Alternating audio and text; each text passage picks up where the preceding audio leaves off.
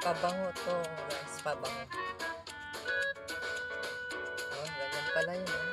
Parang, ito pabango, perfume, bigay ni amo. Matagal na sa akin na Christmas pa. Ano na ngayon, March.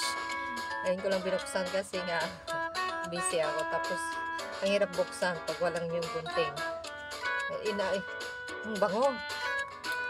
Dinadala ko pa sa ano ko, pero nakakalimutan ko buksan pag nag-day off ako.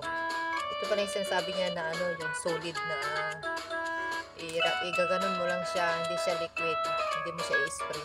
Para siyang ano, yung parang mena, yung style niya mena. Pero ito, para yung Cebu de Macho. Kaya mix. Ang bango niya, guys, ang bango. Ang bango. Ganito pala to. So, lalabas ako ngayon, day off ko. Ano ko. Gamitin ko na talaga.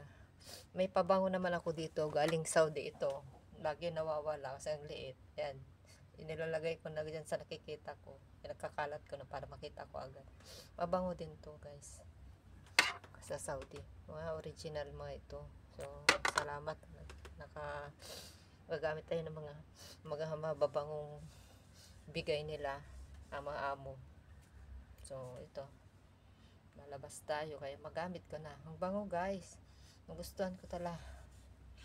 Sabi na, hindi ko pa lang nasabi kay amo kasi hindi ko pa talaga na subukan na mabango talaga. Pero sabi niya, traditional nilang ano pabango to pa. Traditional nilang pabango. So, lagay ko sa book ko. Pwede rin. Bango. Kaka-addict. Traditional perfume daw nila ito. Yung sa kanila to. Chinese perfume. Wow. Mabilis ko lang maubos to. Nakaka-addict. Parang yung Vicks ko dito na lagi ako nagsingot-singhot. Ito. Dadalhin ko na naman to. Kasi magsisinghot na naman ako. Nakaka-relax, guys. Lagay ko na silong. Bye-bye. Naka-ready na ako. Palabas. Bye-bye na, guys. Inaantay ko lang yung kaibigan ko. Pupunta siya dito. Dito lang kami. Kakain. Magbe-breakfast mamaya. Lalabas din kami. Maglakad-lakad. Yan. Yan. Maganda.